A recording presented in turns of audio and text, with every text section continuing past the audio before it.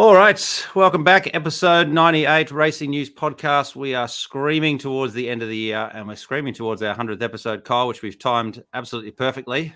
But let's get into it. What do we got, Kyle? Give us a little bit of a preview of what's to come in this episode, and then we'll get going.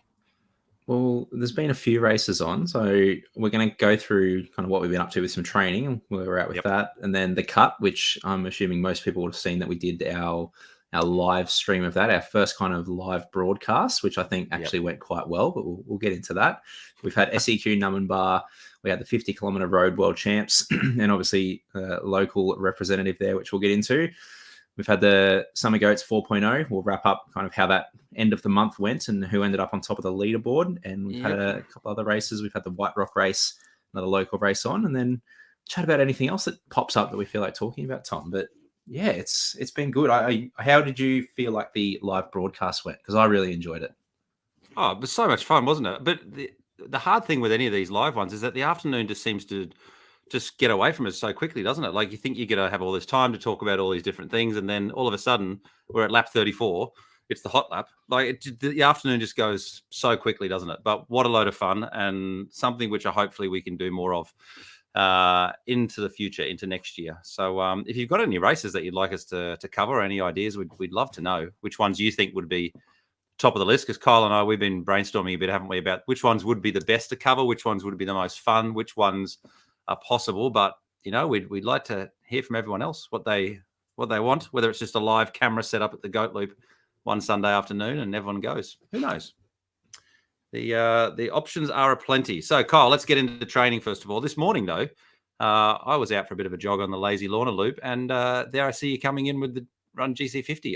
Not GC50, the Run on Monday group. I did think it was going to be, as I'm coming back, I was thinking, 5:30. I might just get them on the way in here if he does a Lorna. We don't always go that way too. So it's 50-50 whether we go that way or the other way. But that was very good timing. I was very surprised when I saw you running out of there, Tom. That was not who I expected to see, potentially Ben Deneen or someone running out of the forest, but not you. What did you do this morning? Was it a Lorna or was it something else? No, we went. There was a comment from the group when we ran past that we must be going on the Lorna, but no, we went completely different. Kind of made it up as I went, but we ended up on the other side of Three Hills. Were you expecting it to be? I was thinking there might be a little bit of rain in the waterfalls this morning, but there was nothing. It was still absolutely bone dry. It's a lot of rain for Nerang to be flowing. Yeah. I figured, given the rain had kind of stopped last night, that it was going to be pretty dry already. And yeah, we didn't really have to go through any water at all. So nothing. Shows how much rain's needed for that to happen. Definitely. All right, let's crack on with training for you. So it's preparation now for GC50 of some sort. Are we announcing it here, or are we still keeping it silent? Yeah, no. Well, I've got an entry. It's just what distance. Okay. I'm not 100% sold on what distance, but we'll 12 and a half. That. So is it 25 or 50 option? The Saturday afternoon 5K could be an option. That sounds much more enjoyable. So training is I'm kind of just training, not really thinking that I'm either doing a 50 or a 25. I'm just kind of getting back into training with the group. And again, the race is only in just under 4 weeks now. So not a whole lot of time to do anything specific, but we've just been ticking off some kind of good interval sessions, because we've also got the 5K relay coming up next Friday, which is not that far away. So that's not too far away. So hence why I've been doing a few little track workouts just to somewhat get my legs ticking over, because I have not done a whole lot of fast stuff for quite a while. So coming off the back of some marathon training, I figured a few weeks at the track, I'll be running a bit quicker. So yeah, the last fortnight since the podcast, I didn't run on the Monday after the podcast, and the Tuesday we were at the track, first track session in, I would say, about a year. I don't think I've even been on the track this year. 12 400s. Pretty good, surprisingly good. 12 400s. And that's all right. That's a rubbish number for anyone who's joining your session. I think 10 is okay. 12 is a rubbish number. It's only 4.8 Ks of work time. It's not even 5 Ks worth of work. 4.8 Ks. It's not much. It goes quickly. So we did 12 400s off 60 seconds kind of walk recovery. And yeah, I think I ran the first few leaps. Luke and I were kind of running together, and then he finished a bit earlier, so I ran the last few by myself. But I think I started at about 73, finished at about 70. I think I averaged about 71, 72 for each lap. So I was pretty happy with that, considering I have not done anything that fast for probably a year. And and that was the first like kind of proper session back off 60 seconds recovery. Considering it's starting to get warm, I was pretty happy with that. So I ticked off 12 400s that day, and then got about just under. It was an hour 25 on the Wednesday, so still got 19Ks ticked off on the Wednesday. So that was a good kind of midweek run. Thursday, just an easy hour. Friday, we're back down at Main Beach for a session and just did 5 by 5 minutes threshold. So pretty stock standard threshold interval session that I like doing. It's short enough that each rep's going to finish pretty quickly and you don't have to hurt too badly. But that was good. Just tick that off. I can't remember what. I think my paces, we had a tailwind on the way out. I ran 324, 322, and I thought, I'm flying. This is great. Hopefully I hold this for the session, and then turned around and realized we're running with a massive tailwind. And then I went 327, 331, 328 for the last three. That's all right. I was happy with that given the conditions. So tailwind, headwind for the typical Main Beach session. And then Saturday, got out early for a run with Luke, just kind of pack pines across towards Arundel area. Just did 10Ks easy. That was nice. What was the vertical gain for the pack pines loop? What did you get? 200? Well, that was only, from down near Luke's place, you don't get a whole lot. 89. It was not a hilly loop. That was as flat as we could make it. That's the flattest. That's the flattest we can do. And then on the Sunday, went out and ran with Rinny, who was running Summer Goats 4.0. So paced her around the loop, which we can get into when we chat about Summer Goats. But yeah, that was nice running on the trails. And I'll dive into that a bit deeper when we chat about the results. But I felt good. It was nice to get on the loop again. I haven't run a 4.0 for a long time.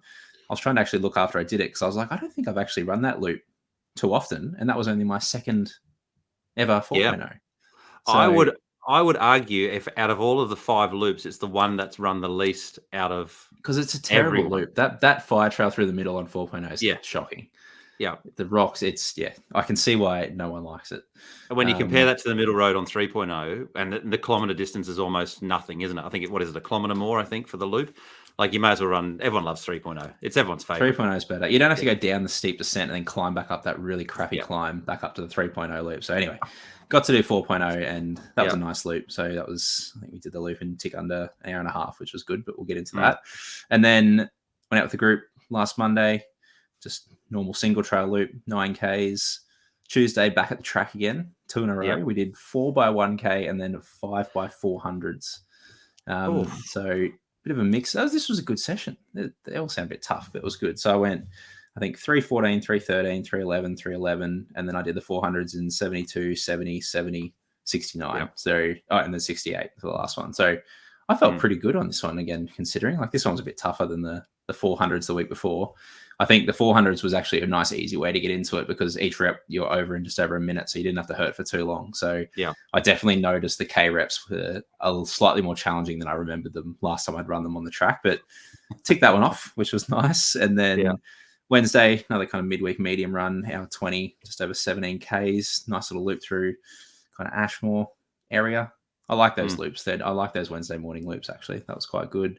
Although I'm pretty sure that morning, Marty and I thought we were going to be running flat, and I think Rennie decided we were going to be running hills literally as we started. So that was a bit of a disappointment, but good loop regardless. Thursday, now this is the first time this has happened to me, Tom. Thursday morning, wake up, no alarm. And I went, I don't normally wake up before my alarm. But, that's good. I must be awake. I'm going to feel great for my run this morning. And I looked at my watch and it was like 4:57. I was like, that can't be right. Like, I'm supposed to start running in 3 minutes. And then I kind of looked over and my phone charger had died, which meant my phone had died. And couldn't even turn my phone on because I couldn't even get the charge because the charger was broken.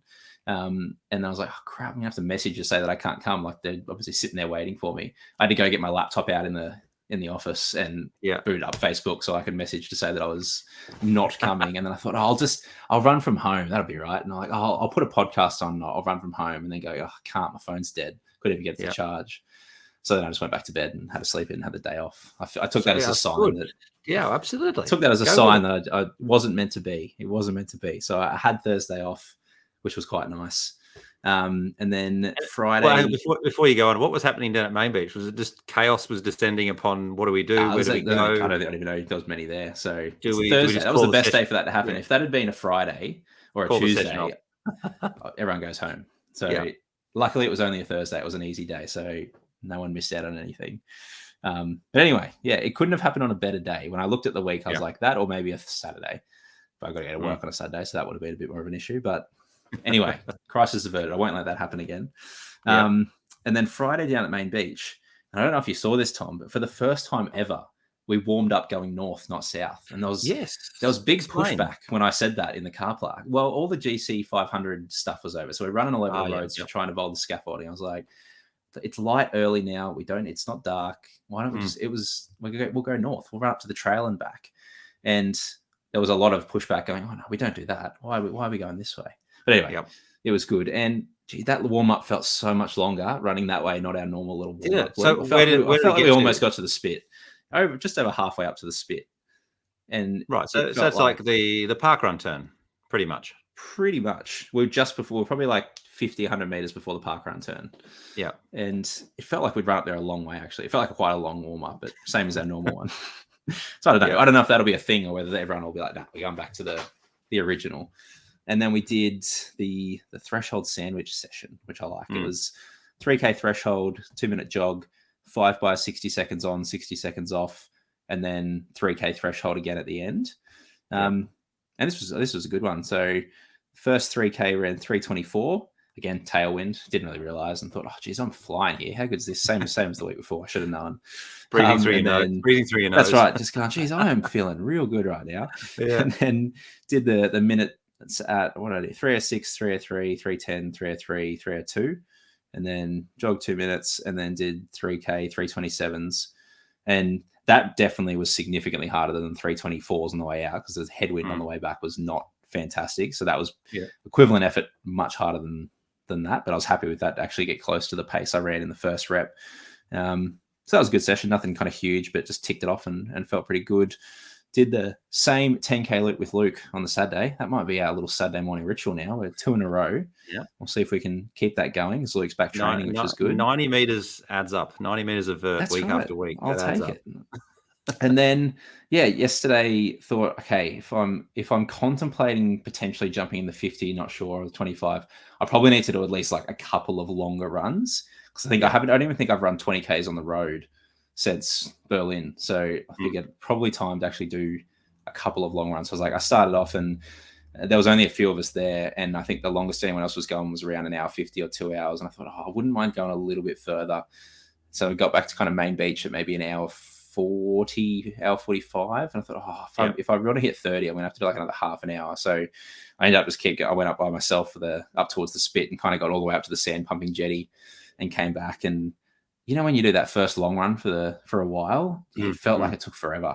I felt like I was out there for 50 Ks. I got to the end of that session just counting down like 100 meters at a time going, when's this going to end? So that wasn't my best confidence boost for me, potentially running 50 Ks.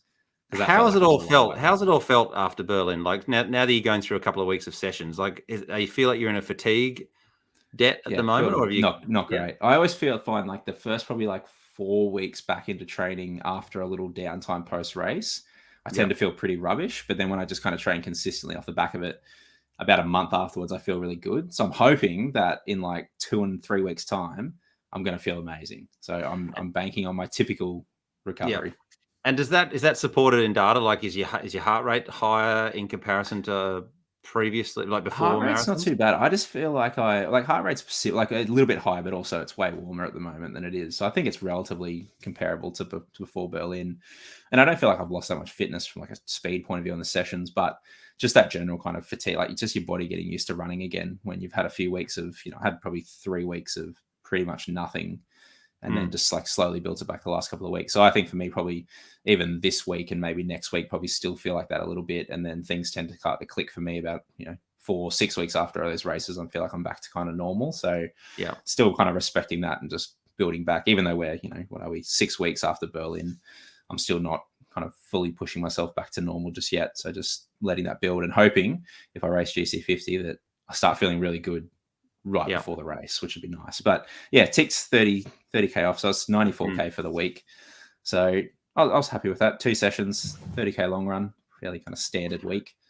And so going back to the post Berlin, so you obviously had a couple of weeks of no running, and since you've come back, 94 kilometers this week. What was last week's total? Last week was 88. The week before that was 71. Yeah. and then the week before that was 25. The week before that was 0. So I've come back.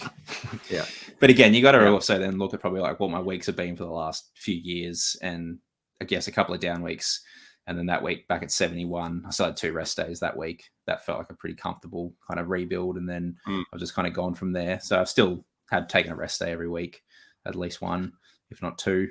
But yeah, that's kind of how I've done the rebuild.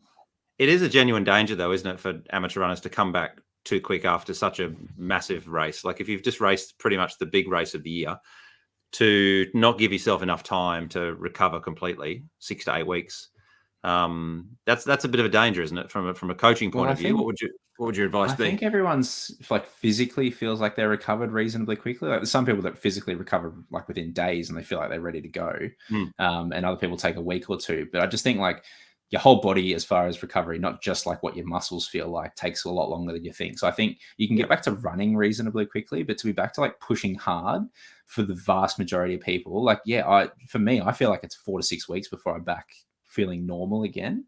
And if I try to push way too hard in that, 4, 5, 6 weeks after a big race like that, it's just not worth it. Like, one, I feel rubbish, and you feel like you end up digging yourself into a hole. So I think you're better off erring on the side of caution and just letting your body fully recover rather than, starting a couple of weeks too early and then feeling rubbish, and then you end up injured, sick, or whatever it is, and then you miss, another 4 or 6 weeks. So I think you just got to listen to your body as well. And especially coming back and it's starting to warm up and it feels like summer, you're obviously going to feel a bit worse anyway. Yeah. So I think for me, it's just really kind of listening to my body. And even these next few weeks before GC50, I'm probably not going to do anything crazy before. I'm just going to kind of train consistently and, rely on the fact that I've trained consistently for the last 5, 6, 7 years without really any issue or break for the race. I'm not going to try and cram or do anything stupid before it. Yeah. No, definitely. And I think people forget as well the fact that the race itself is the ultimate training session, isn't it? Like you've just banked a 42 kilometer long run only 6 weeks ago. So that just doesn't disappear. That still goes into your body, still needs to be processed. That's exactly all right, mate. Ripper. So when do you think you'll make the decision for the 25, 50 or the 12.5? Let's not discount that. Well, is there a 12.5 or is it a 5? I think so. I think there's a 12 and a 5. And anyway, there's a few different distances. Yeah. I feel like I've kind of made a decision in my head which way I'm going to go, but I'll probably give it another week or so just to see how everything feels and do a couple more things to give me a bit of an indication. But I think I'm pretty set on what I'm doing. Can you give us a little bit of information in terms of your relay team for the Twilight relay? Is that the one you're doing, the 5K relay team? Friday evening one. Yep. We've got myself, Luke, Ty, who I ran in Berlin with, and Dave Vernon. So we've got a pretty good team. But I know that there's a couple of quite fast teams who have also entered from around the Gold Coast. Really? So so I think we're definitely not. There's one team I know that's got 2 guys that I think would probably beat us. Yeah. Or be close, or there's one that definitely would beat us. I don't know who their other 2 team members are. So I think it could actually be quite a fun evening of racing because, who's going to win it? I have no idea because I think there's some pretty fast people showing up, which is exciting. That will be good. Yeah. And while we just mentioned a couple of things that we want to write down here, we will talk a little bit, hopefully, about Noosa Bolt because a couple of local athletes were in that as well. But also, Kyle, we didn't mention, and we always forget it, the Bigs World Championships. That's been on, hasn't it? In between, it's been that was on when we were last. No, was it on when we were? I think so. Remember. No, it was on. I think it was on when we were last recording. I think so. Oh, anyway, it's happened since we last. We haven't spoken about it. That's all I can be sure of. Give us, but that's a minute or so. What's your take on that? So 107 was it or 108? 108 is the new world record. It's such a long time. I can't even wrap my head around the numbers anymore. Yeah. And I was talking to people about it because people were asking me about this race when we had the Monday run last week. And the further this goes, the more embarrassing my story of my one attempt of doing this style of racing becomes. Like I did 12 Yours, laps. What about mine? 12. I ended up in hospital. 12 laps and I ended up in hospital. Like these guys are at 108. That's embarrassing. Yeah. But it's just phenomenal. Like, and I think, like I said, when we've said it before, but when these numbers get so big, like you forget how far like running 24 laps is, 30 laps. Like they're massive numbers, and these guys are running 100 plus. Like I can't even comprehend it. Like I said, I couldn't stay awake, and I couldn't sleep 10 minutes every hour and just sit at home, let alone run 100 miles a day at the same time for 4 days, 4.5 days. It's remarkable, I isn't it? And can't really wrap I my was head around watching how they've done it. I was watching the that really good documentary that's been made about the Dead Cow Gully race this year, and the Kiwi fella, is it Sam Harvey? Is that I got his name right? Yeah. Yeah. Yeah. He says in most regional races, you kind of got to get through that first day, or maybe he says the second day. You got to get through those couple of first days, and then the race actually starts. Whereas you now look at something like Big's World Championships, it's not 2 days, is it? It's almost like 3, 4. We're saying 4.5. 4 They to went 4. like Like the amount of it's a people that long were still time. there at 70 hours was incredible. And congratulations. I don't think we mentioned, I don't know if James was still in it on the last time we were recording, but for James Blanton to get to 72, wasn't it? He got to 72. Amazing. That is absolutely incredible. We were chatting on a messenger group about what has to happen in our Norths club, because James is a runner from Norths, for anyone to outdo that performance this year. It's absolutely hard to do. Absolutely astounding. And maybe Kyle, as we go into the cut now and we chat about that, would you have a favorite out of the two? Because both of them to me have a phenomenal amount of value. Like the way that the cut is set up and the way that Steve Jackson runs that, it is fascinating to watch and amazing to watch. And the excitement around it is incredible. And then you've got, the Backyard Ultras, the last one standings, which are a completely different setup. And you probably never get that same excitement level that you get from the hot lap at the 50 at the cut. But then you just in constant awe, aren't you? And constant amazement. And what's your take on the two of them? I mean, they obviously are both incredible formats. I think What's your take on them? like obviously with the history that the Backyard Ultras and the competitiveness and stuff, like you would say that. But if we took the concept of the cut and you put 50 elite level runners in a race like that, that'd be unbelievable to watch. Yeah. So I think it's hard to compare. I like both formats. I think they're really cool, but obviously the cut's just more of a local one as well. So you got the guys that show up that run really quick that you can kind of pick who's probably going to be at the end at the start. So it's there's no massive shocks, and it gets exciting for that last 1 or 2 laps and people are still getting cut. But can you imagine if you had 100 people on the start line and all of them are really fast runners, and because it'd start to pick up like those last couple of laps from 10 to 15 laps out, that would make that style of racing really, really fun to watch. So I think that concept could be just as exciting as well. Obviously a bit shorter too. But I think it'd be hard to compare at the moment, given that, the elite level of Backyard Ultra racing versus just like a, more of a fun run here on the coast. But the concept I think could be just as exciting if you took it to a bigger scale. Well, they've tried that a little bit, haven't they, at the Australian Athletics kind of meets, where they've done the 1,500 or they've done a mile, and there's every single lap someone gets cut out of it, and the mile gradually gets quicker and quicker. But like you said, the concept of the cut, and if you had the more elite runners that comes into it, the more fascinating it would be. And I think for me, the cut, the way it's run, just the build-up of energy as you're getting closer and closer to that hot lap, and everyone getting cut and then hanging around and staying for it is absolutely outstanding. In terms of the last one standings, I'm in absolute awe of what they achieved, but the numbers now to me are so great, I can't wrap my head around it. And I'm still fascinated by it and I still love it, but I can't comprehend what's actually happening in those races. I can comprehend what's going on at the cut because you're watching it happen, you're watching it unfold, but it's just remarkable. The big. Well, I think it's almost. I think the reason we can't. It's almost a different sport now. Like what they're doing is completely different to any of the stuff we talk about now. Like I think when they were doing it for a couple of days, you could kind of wrap your head around it because there's 100-mile races, 200-mile races. But what they're doing now, like that's a whole nother skill set. Like I'd almost put it as a different sport. What some of those guys and girls are doing, like it's unbelievable, but still incredible to watch. It'd be interesting to find our audio actually from our earlier podcast when the last one standings began. I think we were talking about Ryan Crawford getting to 30 or 33 or 34 and just been absolutely blown away. But this is incredible. I've never seen anything like this. And now we're talking about 107, 108. I don't know if you've seen the video of the final lap when the Canadian boy, he drops to the ground as he goes around the corner and the drone sort of sits above him. And that's amazing. And then he just turns back, doesn't he? And how good was Lazarus Lake's quote at the end? Well, it's a DNF, but it's a hell of a DNF. It's just brilliant. Probably the best DNF to ever happen. Hands down by a long way. It was, what a cool event. And you got to wait a long time for that winning moment though, but it's worth it. Like a lot of anticipation, but it's one of those ones that you kind of got me thinking. I was like, how far can they go? Like, I'm like, the human body with that, like, generally, I remember we've chatted about this before, but like the longest time someone's ever stayed awake is like just over a week, I think, is like the Yep. world record. Yep. Like, it's physically not going to be good for you to stay awake longer than a week. So it's Mm. like, I wonder, like, they're not running 100 miles at the time, these people that have stayed awake for a week. Like, these guys are already at 4.5 days. Yes, they're sleeping a bit in between, but they're running 100 miles a day. Like, Yeah. that limit, like, obviously, surely they could, one more lap, but there's going to be a point where they're not going to be able to go much further unless they start getting someone who's, fast enough that they're trying to run like 35-minute laps and sleep for 20 minutes every hour. Like, Yep. I don't know if someone can get to that point where they can and sleep most of the day doing that. I don't know if there'd be someone that could probably get skilled enough to do that.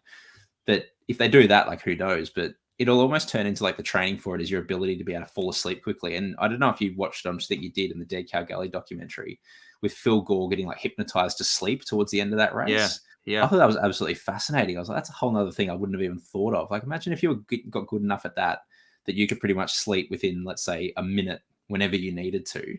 Mm. That's a massive skill for that race that could, literally last you hours and hours longer, regardless of how Yep. good of a runner you are. So I'm interested to see where it goes in the next, 5 or 10 years and what Yep. becomes like the important parts of it. Like, yeah, okay, well, if it'll, who knows, 5 years, it'll be like, well, if you can't get hypnotized to sleep, like, don't even bother showing up. Like, it'll be interesting which way it goes, because that was something I saw and thought, oh yeah, he's put a lot of thought into this about what's required to do well and perform for that many days in a row. But I don't know where the limit is. I don't know how long they can go for with that. It probably all comes down to sleep. Like, if they don't get the sleep, I reckon five and a bit days is probably the longest they're going to go. But if they can work out the sleep part, well, who knows? Who knows? Well, I mean, possible. if let's say, just for the sake of ease, if they're getting 10 minutes a lap, that's 240 minutes a day. That's 4 hours of sleep a day. I know that's not a lot of sleep, but it's not a tiny amount of sleep either. Like, it's, Yeah, but it's just doing 100 miles a day with that. I reckon yeah, I I could do it for know. a few days with sitting in home, but I know, but it's not no it's sleep, enough isn't you it? can So function. yeah, I know. yes. So I don't know. Like, can they go a week? If someone could sleep 15 minutes every hour, but again, I just don't think they're going to be able to sleep every single hour. Like, nighttime, sure, that'll be easy, but if it's 10 a.m., I suppose once you're that tired, you probably would. But if they could do that every hour and be good enough at it to do that. But as I said to people when I listen to these races, I'm like, when my alarm goes off in the morning, that is the worst feeling in the world for that first 10 seconds. Imagine doing that to yourself every hour. Yeah. Like, Yeah. that's just torture in itself. Like, imagine if, like, tonight time, you just said, all right, I'm going to set an alarm every hour and just go back to Yeah. sleep. I know. That'd be the worst night ever. And they're going to get up and run every hour. And whatever that phone alarm is, you'd never want to hear that ever again, wouldn't you? It's like when you hear your old phone alarm from 10 years ago, you're like, that sound makes me ill. So, yeah. And of course, you wouldn't take you along for the phone alarm based on your earlier story. I need Yeah. to get that sorted if I'm going to do one of those races. No good. Right. Let's talk about the Cup then. So now that we've chatted around it. So, interestingly here, Kyle, so let's just go through the results. The hot lap. So Blaine Burke in first. So that's now his second win in 2 years. Hopefully he's back for the three-peat next year, which would be great. Declan King-Smith in second. By his own admission, Declan said that he wasn't fast enough for the hot lap and he just didn't have the speed. Matt Cooper in third, Will Hassel in fourth, and Damien Graham in fifth there. So interestingly, Kyle, Blaine Burke's average lap this year, 8:16. Last year, his average was 8:20. But Derek in 2021, Derek Leahy won it. His his average lap was 7:15. But the one that I wanted to point out to you was the guy that I was talking about over and over again. Now, I called him Philippe just basically based on his Polish background. I thought that's why. But if he's called himself Philip, then we'll go with that. His average time, Kyle, 6 minutes 37. So But he still wasn't as quick as Matt. Matt still had the fastest. So Matt was quicker. Matt was 6:33. So Matt was still. 6:33 is too. Yeah, there we go. 6:33. He was even quicker. That's incredible, isn't it? So Matt's, like, you look at the total time, Matt was 3 hours 42 for the 50K. Like, he was, so Blaine, who won, did 4 hours 41 of running. He was 59 minutes less running time than Blaine, but Blaine still got the win. So that's the difference, I reckon, in the end. That, yeah, Blaine took a whole lot more time of total running. Well, I've just filtered it. Will and Blaine were 40 seconds total run time different. So they've paced it very, very similar. Declan had the most out of that last lap. He did 4 hours 47. But yeah, Matt was flying. So interestingly here, I've just filtered it based on average lap, and the first 4 runners, Matt Cooper, Philippe, Trent Harding, Libby Panisi, they all ran 30 or more laps. Libby ran 30, Yeah. Trent Harding 33, Philippe 33, Matt Cooper 34. And they are pretty much then Stephen Archer runs 27. They're the only people with an average under 7 minutes per lap. So that kind of dispels, doesn't it, this concept that you can't go the distance right to the very end to the hot lap if you're running fast laps. I mean, we had Philippe, we had him lined up, didn't we? I certainly did. I The way he know. was running when we were filming, I was like, this kid he's in there. And then all of a sudden he wasn't. He got caught out in that lap, wasn't he? I think I was commentating. Was I commentating when he got knocked out? I said, I can't believe this. This is unbelievable. It was that I sprint can't believe finish, and they all I crossed can't believe he's together. gone. And of course, Carol Robertson, she was the last female standing. So yeah, Kyle. And I got a message off Carol after that as well, because she's in training for the World 24-hour Championships. Oh, so right, she did this as kind of like an effort in the middle of, with no taper, in the middle of her 24-hour training training for the World Championship. So that's going to be exciting to follow. I think it's in a few weeks' time. So good luck to Carol. Good luck to Carol at the World Champs. So going back to that hot lap idea, as I said, I had Declan lined up pace-wise, but Blaine's explosive power off that liner. He had the inside running again, didn't he? That was interesting, I thought. How that gets seated. I mean, you were on the bike, weren't you? And you were going to try and get in front of them, and then they kind of walked in front of you. So was it just choose your own lane, in other words? So did Blaine just go it straight seemed to like the he just kind of inside? found that spot there. But again, defending champ, you think he's probably got right of way to pick where he wants to stand. But yeah, they kind of just found their own way. And I know, because I think Matt was kind of standing back a row for most of it, and they got close, like, I probably should push up onto the line here. Then he went into the middle. The other two are on the right. So smart move by Blaine. So that might be something people think about for next year, now that we've brought that to people's attention. The fight for the inside lane. What was your thoughts of that hot lap? You were on the bike. It was a tough start for you. You gave them probably. I was definitely in the wrong gear.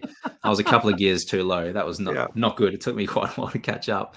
I felt like I was sprinting on the bike, and I could barely catch Blade. Like, they were flying. But Blade, like, just off the start, like, he was absolutely flying. I think we saw that by his time that he ran for the lap, like, incredible speed, and he just held it the whole way. So it was good to watch, but he never looked in doubt. I think as soon as he got up that hill and did not slow down at all, you kind of knew he was going to run away with it. But fun to watch. I mean, he spent a lot of time, Blaine, didn't he, in the middle of the pack? We said that on the live feed, that he was incognito for a lot of it, and then it was only late on, probably in the last 10 laps, that he started to appear. You know, Matt Cooper was winning a fair few laps. Philippe was winning a fair few laps. Trent Harding was up there, but you never saw Blaine right until the very end. And this is obviously something that he's very skilled at. He's got the power. He's got the explosion. Obviously, you're not going to be able to win this thing, are you? I mean, you could get to the last lap, but you can't win this thing without running a very, very good 500 at the end. You've got to be a fast sprinter with a phenomenal kick. Otherwise, you are going to be found out. And I guess I think in previous years, someone said Blaine was from a Spartan background. I don't know if that's true or not, but he certainly looks it from the build, and the explosive power that he's got. Incredible. Absolutely amazing. But yeah, Kyle, anything else on the cut? Wonderful concept, as we said. I'm excited to see it, and I'm excited waiting for it next year. What were your final thoughts? I think it's an awesome, like, the concept's really cool. And I still, I almost wish I'd jumped in it. Like, just watching it, I was like, it just looks fun to be around. Like, everyone's there kind of having a good time. And obviously it doesn't get super serious until kind of those last 5-10 laps. It seems to get a lot less conversation happening, as we said on the live stream, that it was all happy laughing in games early on. And then it got to the last, like, 5 laps and no one was really talking to each other. There was some tired people around and it got very exciting. But brilliant concept. I hope it continues, because obviously we had the first year bit of a gap, and now it's been back the last couple of years. Hopefully kind of Steve wants to continue working with it the next few years, because it'll just continue to build the more consistent years they have. And I think I don't know how Steve would get this data, but I'd be fascinated to know, maybe in multiples of 5, what was the cutting time for the person, you know, at lap 20, at lap 25, at lap 30. And then as we go up, just to see, you could probably, I think, then see how the pace progresses year after year, whether it is a fast year or a slow year. I think Sarah Layden and Cass Drinkwater, they were timing one of the laps, and I think Sarah showed me a watch for when Philippe got cut. I think it was a 5:07 lap, and he got. I think I was listening. His fastest lap was 5:09, so I reckon that must have been the one that he got cut on. Yeah. So That's maybe, I quick. mean, maybe that's the way that you can sort of figure it out roughly. But I wonder if Steve can look at that. It'd be great data to have year after year just to see whether it's picking up in the middle or whether it's slowing down. But yeah, wonderful, absolutely wonderful, wonderful event. Hopefully, we're back doing the live stream again next year. Kyle, the downside of doing live streams is that you can't enter the race. Maybe it's a We could live stream in the race. Wouldn't now that be you're interesting? talking. That would be interesting. Only late Live on. commentated as we go. Or It might just not headphones be in. Yeah, might not be interviewing interesting for the first 4 hours, but after that, maybe it would get better. All right, Kyle. We're recording this Monday night. So Sunday yesterday was round 3 of the SEQ series at Nummambar. Slightly changed course, I believe, last year. So records have fallen. Last year's time was the record. They were broken this year in, I think, in all 4. I think someone sent me messages saying in all 4 records went, but I guess it will take a few years, won't it, for this new course, this new start-finish area to actually create a proper record. It's very different to what it used to be. Kind of right back at the start when this 10 years ago. Yeah. But if they stick with this course now, which I think they will, that'll kind of build its own records. Do you want to go through the short course and I'll do the long course? Yeah. So in the short course, we'll go through the ladies first. We had Beck McLucas, 56.03. Dana Marr was second, 55.30. And Jodie Cumner, another victory for her in the short course races, 50.51. That's a fantastic run from Jodie there. And then in the males, we had Henry Coombs, third, 46.50. Brad Aird, 44.22. And Julian Tubman winning again, 43.39. So he's looking good for the series, Julian. So 3 wins for Julian. First across each 3 races. Brad has got a second, then didn't race at Pomona, and then second again. In the females, interestingly, no one has got a couple of podiums. That's Jodie's first race or first podium of the year. I'm not sure if she raced in the other ones, but first podium. Same with Dana as well. So the females is definitely open, but the males looks like it's Julian's to lose at the moment. 3 wins there. And we said in the last episode, exciting when someone newish comes on the scene that we haven't really talked about before. So it'd be good to see where Julian A comes from and where he sort of goes to, whether he goes into longer distances. In the long course, females, Kristen Handrick, 1:16, Sam Stevens, 1:15, Katie McLean in 1:13. So Katie's now got 2 firsts for the year. In the males, here we go. Blaine Burke backing up, 1:01.30. Dean Edmonds, 1:01.14. And Ollie Cook, 1 hour and 22. Now, I mentioned this on the podcast, on the live stream, Kyle, that Blaine and Ollie went head-to-head last year, and Blaine was getting the better of him, I think, if I remember. And now it's kind of reversed. So I'd be interested to know how that's come about. I mean, but look at the times there. There's 1 minute and 8 seconds between the podium, the top 3. That's outstanding. That's incredibly good running. So Ollie's got second, and first. Blaine's got third and third in the last 2, and I believe he was 5th in the first race. I think he was outside the podium in the first race. So that's close again, but it looks like Ollie's got the lead there at the moment. So that's an interesting flip around from last year. And we're seeing how fit Blaine is at the moment. You know, Ollie Cook must be absolutely flying. He must be on top. Also, that was a week for Blaine after backing up after the cut, so that might have played a part in his run as well. But still, good race. Was it any Strava, or did he leave that out? I don't know. I haven't looked. Hopefully, left it out. I would imagine he would have. So next, one more race before the holidays. Where's the next one? Does the next one go Bayview? Am I right? Bayview, I think, is the next, from what I remember. And then we have the long break, don't we? Yeah. For everyone to get over their injuries or get some fitness in before we wrap it up with the remaining 4 races. Kyle, do you want to take us quickly through the Noosa Bolt? You had a couple of runners, couple of the squad members who were racing up there at the Noosa Bolt. It was a later start this year. It was a later start, and it was live on KO. So I got to chuck it on the TV and watch the commentary, which was brilliant. So we had Tennille was running in the girls, and Dave Vernon was running in the guys from our kind of group. And it was good to watch. Like, the atmosphere looked incredible. There's people lining the course. A lot of U-turns on this course, though. I was thinking this watching it going, there's a lot of near rolled ankles going around that bend, around that gutter every time they went around that lap. So Dave, I kind of heard from him a little bit. He went out reasonably hard, and he said he had a bit of a tough day. He kind of finished but he ran 15:53 for 18th place, which look, I think overall he'll be a bit disappointed with that, but still a solid run. It was, it's not perfect conditions. Running in the afternoon as well plays a massive part in it. So, can't complain. And then Tennille got 8th in the females with, I thought she ran 16:59 was what her watch said, but the results have given her 17 flat. So that's a bit rough on the results. We'll go with 16:59. Surely you take that. But no, that's a cracking run from Tennille. So she's done really well there. Top 10 at Noosa Bolt's probably the most competitive road 5K in the country. So that was cool to see. And then obviously overall results, Jack Rayner took the win in the guys in 13:56. He looked like he did that pretty comfortably as well. And Caitlin Adams took the females win in 16 flat. And good race for females, wasn't it? The top 3. Yeah, it was a good race. They had a good little pack going for quite a while. But yeah, I mean, you can't compare the Noosa Bolt 5K time to anything really, like even Paradise Point, because it's for those that haven't run that little bridge of Noosa. It's not small. You're doing it 4 times. You've got, as you said, there's hairpin turns, so there's 8, 180-degree turns all the way around. And to go back up over those hills, that is a tough course. So it is a very tough course. Dave's time there is impressive when you look at the actual course itself. And it's fast. I think he said in a messenger group his first kilometre was incredibly quick, wasn't it? Did he break 3 for 2:59 for his first kilometre?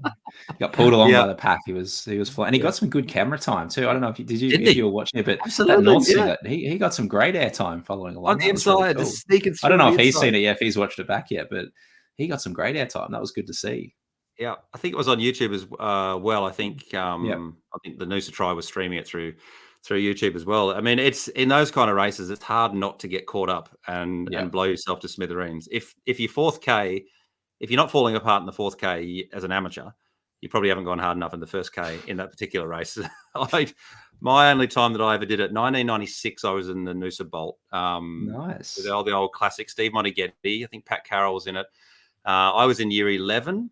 And I'd just come off a 1,500 meters program. So I was quick over 400 and 800, running 1,500. So just blew myself to absolute pieces. So do you remember how fast you went out, Tom? Rack your brain. What do you reckon your first kilometre was? No idea. These were in the days before, your GPS watches or anything. So it was a Casio on the wrist. What's your guess? What do you reckon you ran? Well, I was running sub 3-minute pace for 1,500s. In those days. So I would say it'd be around that, if not a touch. Yeah. It would have had a 2 in it. And it it was one of the worst 5K races I've ever done. As I said, I wasn't in cross country form. I was in track 1,500 form. And when you sign up for a 5K, it's 3 times the distance you've been running, and it's 3 times faster because you're standing there next to your idols. I mean, I was standing there next to Monteghetti and Pat Carolyn and Miles Stewart and them. It was just amazing. Absolutely amazing. And so I think the qualifying time now is 18 minutes for the males. Is that right? Yeah. I think so that's been 18. Extended out. It used to be 17 minutes and 19. So they've taken that to 18 and 20. So even if you can only a few seconds under, be brave enough to jump in if you're a 17:55 runner, because the atmosphere as well is something that you don't get anywhere else. And, if you don't mind running on your own a bit, I guess if you're a 17-minute runner for males and a high 19 for females, but it's still worth it for a lot of fun. A lot of fun. Experience.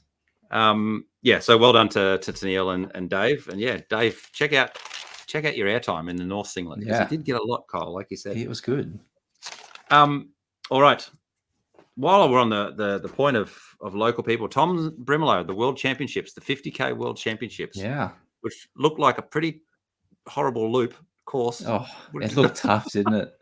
Yeah, I said that to her when I spoke to him. I said, just to get that done was very impressive, because not only did it look like a tough course, just running around in loops, but hot, humid. It looked very challenging. And I think I saw Tom say in a message that I think it was 125 starters and nearly 50 of them DNF'd. At a World Championship. So that just goes to show just how hard this race was. But the other thing, it was happening in a few message groups, but God, it was so annoying not to be able to see results. You're like, World Championship. You couldn't see any times. I saw them post a couple of photos where they'd handwritten the times and the bib numbers as people crossed the line, and that was it. So we were kind of just sitting there. I was on Strava waiting for Tom or someone to upload so I could see how everyone did they got to sort that out, surely. Like, So the Spanish team dominated. Did I see the results oh, today? The first, Spanish second, team and third in the first, second, males. third. So in Yep. the males, they've dominated very comfortably. Yep. Not so much in the females. They'll definitely back a little bit. That was kind of Great Britain dominated the females. But yeah, they got first, second, third, 248, 249, and 250. So in Wow. those conditions, that is absolutely flying. Yep. That's just ridiculous times. So they were first, second, third, and fifth. So they've absolutely dominated Wow. the males. And then the Yep. females, Great Britain got first, third, fourth, and fifth. So four of the Really? top five. So they've done Wow. extremely well there. Winning time for the females, Carla Molinaro, 3:18.23. Second was 3:19. Third was 3:20. So Well, I mean, not you as think, not as fast well, to compare to the guys ones when you look at can times that we I? get to see run around here. I don't know how the heat compares, but what did the ladies run at GC50 that So year? they all broke 3:20 the year that Wow, that's interesting, isn't Steph, it? Beth, and Rennie all broke 3:20. So I don't know how. I think their times were pretty comparable to this, maybe a little bit quicker. So Yeah, yeah, this was obviously pretty warm as well. But that year that they all ran fast, it was a hot year here as yeah, well. So I don't think it would have been that much warmer interesting. than. So I look at that and thought, oh, with GC50 that year, just as Hmm. competitive, maybe not the depth, but in the top three, just as good as the World Yep. Championships. So So yeah, the Aussie team, how did all three of them go? We had two finishes and one DNF. yeah, so Ben McCronin, who won GC50 last year, broke the course record. He DNF'd about halfway. I think he's had a bit of a hamstring niggle when I was chatting to Tom. So he didn't get to the finish, unfortunately. And then obviously we had Tom. He ended up running 3:16.18. And I think he said it was just a bit of a slog. And when he said as well that when you know you're not going to run a super fast time, like mentally it's challenging to kind of keep pushing. But I think he's done phenomenally well. Like, Yep. traveling to the other side of the, like, literally it's not the exact other side of the world, but it's a long way from here still. Like, Yeah. different conditions, it's hot, it's Short humid, short turnaround for him as well. He wasn't there really very short long. turnaround as well. That's right. Like, that's those parts of it make it so much more challenging as well. Yep. And like I said, just knowing you're going in it's really tough conditions, like just mentally, that's a tough challenge. So I think he's done Mm. phenomenally well there. And as I said to him, like, you've got an Australian singlet forever now. I mean, frame that, put it Absolutely. up on the wall. Like, how Yeah. good's that? So Yeah. that was just awesome to see him kind of over there running. It's like I said, well deserved, because he's trained the house down the last few years, and what an awesome result for him. And then we had Wayne Spees, who was second at GC50 just behind Ben. He had a phenomenal run. So he ran 3:03.42, which is only just slower than he ran at GC50 last year. Yeah. Yeah, absolutely phenomenal. Like, that's an absolutely cracking run. I Was didn't Tom think he'd run quite that quick, but yeah, was Tom phenomenal. close to Wayne for any of the race, or was there I'm not was too, there a because gap? again, I'm not too sure. I think Wayne probably went harder. I saw Wayne splits on Strava, and he was kind of running like sub 3:30 kind of Yep. pace for quite early on. So I think he went out a little bit harder. I'd say Ben's. I didn't look at Ben's splits, but I think they probably were closer. But I think Wayne went pretty hard. But Wayne trains in these hot, humid conditions. I always said on his Strava, like most of his runs, it's 100% humidity and really hot out where he is for Yeah. work. So he would have Yeah. been used to those conditions, and yeah, that in those conditions, that's phenomenal. So well done to Wayne. Yeah. He's smashed No, that. absolutely. And to Tom, what a justified reward for years and years and years of training, all the way up from Coomera Park Run, the story goes, to the World Championships in India for 50K. That's well deserved. And I think everyone was cheering you on, Tom, back home. The coverage They wasn't definitely were. phenomenal, but Look, it made me feel really good about our coverage of the cut, Tom. I that's thought right. we've got the cut had better coverage than the World Championships. That's saying something. We've done a good job there, I think. We did. I'm All right, impressed with that. let's bounce back to another hot and steamy place, Nerang. Summer Goats Series 3 is on. So we've got through September, we've got through October. So I'm going to go through October's results and for the 4.0, and then just give you a quick overview of the leaders. So for the males, so Declan first, Brad was second, Matt Miller was third, Jeremy fourth, Kyle fifth there for the month. Just one place in front of Ollie. There you go. That's a point for you. How good? One How good? one I in got the him. game. Yep. So Ollie was next. 1-0. Then Craig Stevens, I think that was next. Scott George, Will Kitchen, and Reese Drummond. So that puts the top three. Declan 21 points, Brad Ed 18, Jeremy 16. Bit of a gap to Will Kitchen at 9, and then the rest: Kyle Yaw, tied for 6th with Craig and with Mick Esdale there on 6 points. So you're in the mix. You're in the mix, which is good. How good's that? But Declan, Brad, and Jeremy have got a gap there. So that looks like the top 3 at the moment. Yep. But don't write off Will Kitchen and Matt Miller if he jumps in each month. Whether, as I said, I don't know if he knows that he's in Summer Goats, but he is. Or whether he did that loop accidentally by mistake. In the females, then, Kyle, I'll go from 10th through to 1st, so you can talk us through the first one. So Kim Graham in 10th, Danielle B in 9th, Danielle Murray in 8th, Steph Wilton 7th, Dana Ma 6th, Laura Lovett 5th, Hayley Teal 4th, Shara Jones 3rd, Natalie Goodwin 2nd, but Natalie gets the bonus point, and Rinny takes the win for the month. Tell us about that loop, because you were the pacer, or you were the guide. Yeah. What's the better term? And we got we got perfect conditions that morning. So I'll put that at I know it's Summer Goats, but I reckon it was probably like 16 or 17 degrees when we started that morning, and some light breeze around. It was perfect running conditions. So we got lucky for that. Probably won't get that again in Summer Goats for that loop. So that was a good day to pick to run 4.0. But yeah, it was good. The plan was I think Rinny kind of just wanted to get the crown, and that was kind of roughly the pace I was working off. And we took it relatively comfortably. We didn't push too hard towards the start. And I think when I looked at the splits, up the big climb, I think we were slower than what Natalie had run up the main climb, up to the top of 2.0. And then we kind of just got rolling a little bit on the flats. So obviously Rinny's probably more strong, so well suited to the flat and the downhill. She's good on the downhills, hasn't done as much of the uphills. So we're kind of probably a bit slower than some of the others on the ups, but then we're making up a lot of time on the flats and the downs. Yep. And I reckon at about halfway, I was pretty confident. I was like, I think we're already getting close to the average pace we needed to get the crown. And obviously, as I said to Rinny, I'm like, it's going to drop a lot in the last 5 kilometers of this run, because there's so much fast running. So don't have to worry about the pace. And yeah, we kind of just like wound it up. I think the last probably like 4 or 5 Ks started to work a little bit more.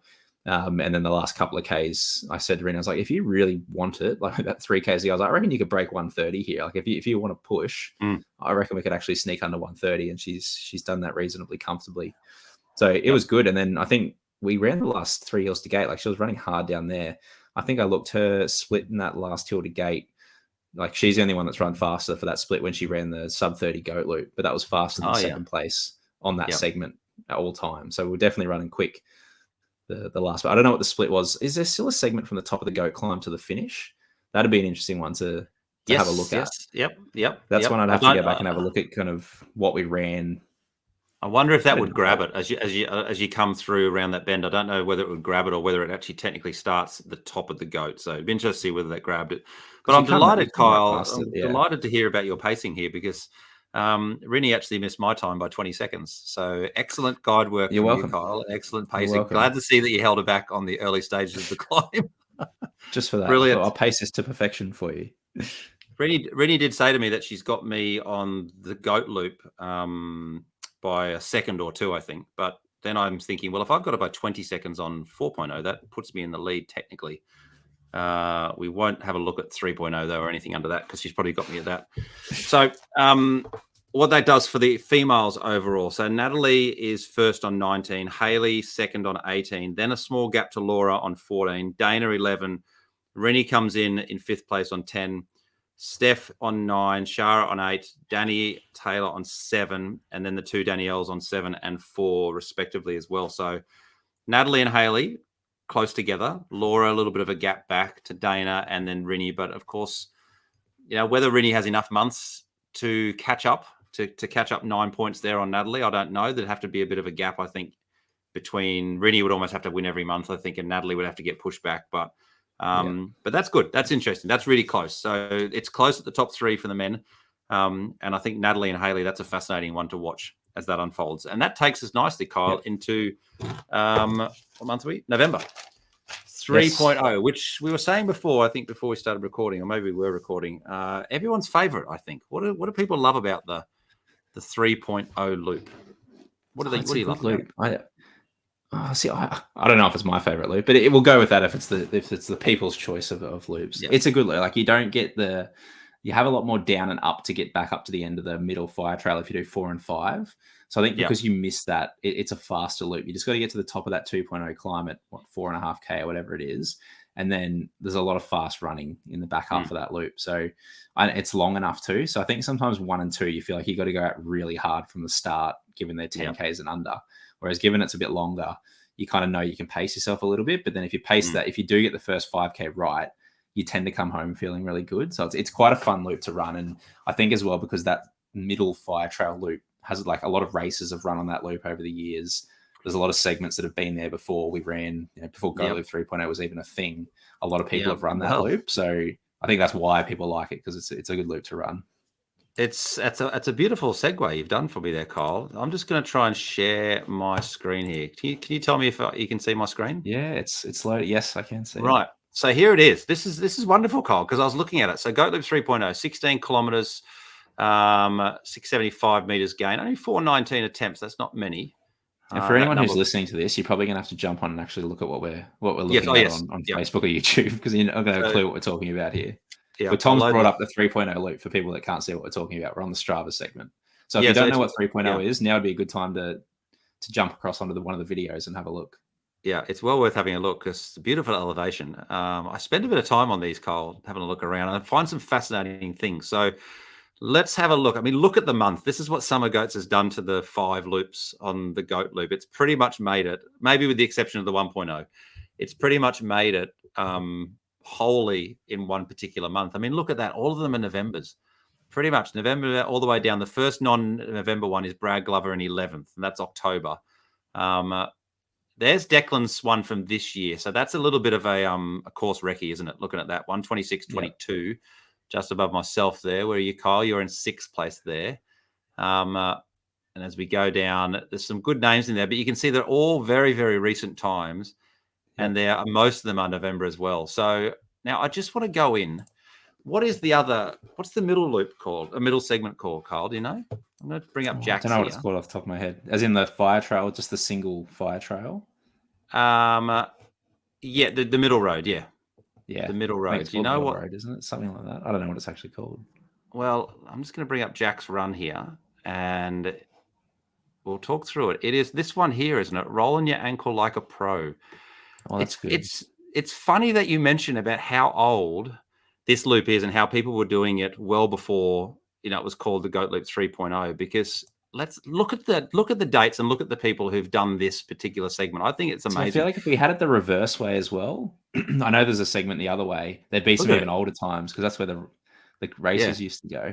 It's beautiful. Look at this. Now, first point of reference here. Check out the fastest time on the right. What's the first thing that comes into your head? Where am I looking here? Dave Lucas, fastest time. Can you see that? 8:52. That does not look like Dave. Do you see a helmet? Wow. He's rolled an ankle and fallen down that hill, and that's why he's run so fast. But I don't think he's run that quick. Check it out. Let's have a look at it. He's uploaded it here as afternoon run, right? And you think, okay, so maybe so. You look at the times and you go, maybe he has afternoon run it. Check out the speed. Look at the pace. Can you see the pace there? 1:59. I think we found one we need to get rid of here. Could we do a live flagging, Tom, on the podcast? Can you get him off? You could get him off the leaderboard right now if you press a few buttons. Look at that. 2:04, 1:58. Flag it right now. Come on. Get rid of it. So there's my first issue. But have a look. This is great. Look at the people here. So that would give Tom Brimelow the crown there. He'd be happy. Tom's got the crown. Look at some of these names, and I think it's amazing. Kane Warburton there. Look, 2014. Darryl Hill, 2016. Ando, 2018. So I'm just going to click into a couple of these, and I like to see when they've done it. Look at this. This is brilliant from Darryl Hill. So Run GC Race 2 Narang Forest, 2nd place. This is 2016. Tough run, but felt good. Stayed upright. Took a wrong turn. Have a look. If I bring the photo up, look at the arch. It's a run down under arch. How good is that? Yeah. And then if I look at the next picture, look who's in the background of the photo with Darryl there. Look. Very good. So this wasn't. Was this the? I don't know what this was. Yeah, I'm confused as well. It's not the Narang short course series. We need to get Trevor on and ask him. He'll be listening to this knowing exactly what we're talking about. So that'd be interesting. 2016, April 2016 for that one. Some other good ones here. Look at this. Moritz, 2014. Yes. Kyle, look at yours here. I'm there. 2014. 2014. Check. This is brilliant. The shoes. The shoes you were wearing. What am I in? Nike Flynet Luna 2.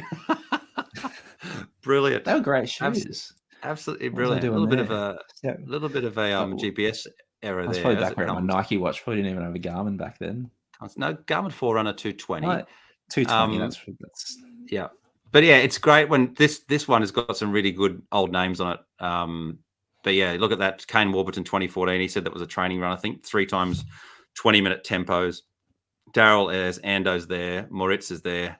He was a name that was around a lot. So yeah, I love looking through these old segments. yeah. But do I have ground? Do we have grounds to flag this? Is that Oh, absolutely. sure? Surely. Flag away. Flag away. I'm gonna stop sharing there. So currently at the moment in round 3, Declan Kingsmith 126th, Danielle Murray 144 are the current leaders at the moment. So what have we got? So one weekend has been. So this weekend will be about the 12th. So we got the 12th, we got the 19th, we got 26th. So we got 3 more weekends really. So there's plenty of time, for that to come up. Other stuff, Kyle, goat loop stuff, 13,449 loops. Fastest time for the male, Scott and Declan ran together, 33.56. Female, Zoe Hawkins, Yeah, I saw this. 36.07 Top 5 all time. I had to update my notebook. Yep. My into notes, fifth place. my notes tab. Yeah. Very, very impressive. Good to see. I There's mean, been a lot there of is a movement bit- in that top 10 on the females for a long time. No, so no. it was nice to see that. It was the first time I'd updated that little leaderboard for a while. There is a little bit of a gap, isn't there, between Rinny and who would be next, Christy or Alana? There's Christy, a couple of minutes, Christy. I think, isn't there? And then Yep. sort of Zoe sits in there. Who would be 4th then? So Rinny, Christy, I can Alana. tell you, let me bring up my Rinny, Christy, Alana, Natalie Goodwin, who we spoke about just for a second in Summer Goats. She's run 35.16. Zoe was 36.07, just ahead of Hayley Teal, 36.10. So yeah, it's close. Yeah, good. All right. I'm just going to go through quickly the Whiterock Marathon. So this is organised by Whiterock Warriors, and Alan from AAA Racing also helps them out with this. Tough course. I was looking this up. So the marathon, 42 kilometers, 1,500 meters of vert. So that's you're getting close decent, to 40 meters. You're getting close to 40 meters per kilometer, which is close to 2,000 if you went to a 50k. So you'd be up 1,800 or so. Yeah, that is good. So looks like it's a loop. So forward direction, then turns and goes back the other way because there's one significant climb and at the end as well. So for those who don't know, so the Whiterock Marathon, that's out sort of Springfield, Red Bank sort of direction. They've always sort of helping out at various ultras. They've always sometimes do a checkpoint and things like Whiterock. So it's great they've put on their own event. In the males, 3rd place, Paul Jones, 5:16. Simon Ross, 4:53, and Yun Pugh in 4:23. There you go, taking a local race. Yun, he's kind of just filtering back in, isn't he? His name's popped up a few times. He is. That's good to see. One of the classics. In the females, Lois McCulloch in 5:57, Lauren Forsey 5:31, and Lucinda Barton takes the win in 5:13. So well done there. There's also a half marathon and a 10 or a 12 or something like that, or a 13 as well. So yeah. Great little event out there. Obviously growing. Good to have a good runner like Ewan out there as well doing that one.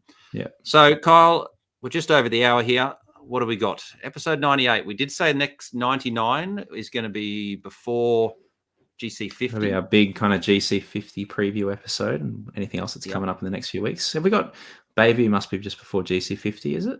Yep. Is it coming up? Yeah, before? Bayview. Yep. And then Bayview, the relays. We've got the relays coming up next Friday. Yep. I don't think there's too much else on. I'm trying to think. Yeah, Summer Goats. Of course, naturally. We'll do a good preview of GC50, and then our 100th episode will pretty much be a week after GC50, and it'll be good to wrap up that, but also then do a review of I guess we've got to do a review of the 100 episodes, favorite moments across the 100. Imagine choosing, this would be interesting, wouldn't it? Your standout performance that we've reported on.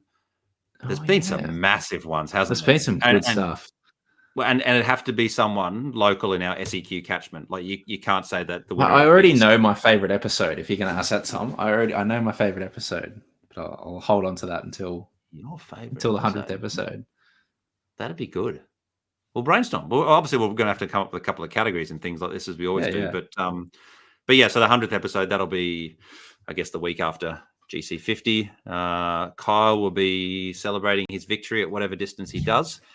I don't know about that. I'll be enjoying some rest. I'm on the microphone with Ben Deneen for the GC50. That's going to be exciting, the Saturday afternoon and the Sunday, which will be good. It's a fabulous event. And as previous winners, Kyle, of the relay, yes, it has good memories for us. Absolutely, it does. Yeah, that's right. That is maybe that's the performance we're going to talk about, Tom. Well, back when the relay had almost no relay teams in it, and we found a soft spot, didn't we? And we exploited it. We did.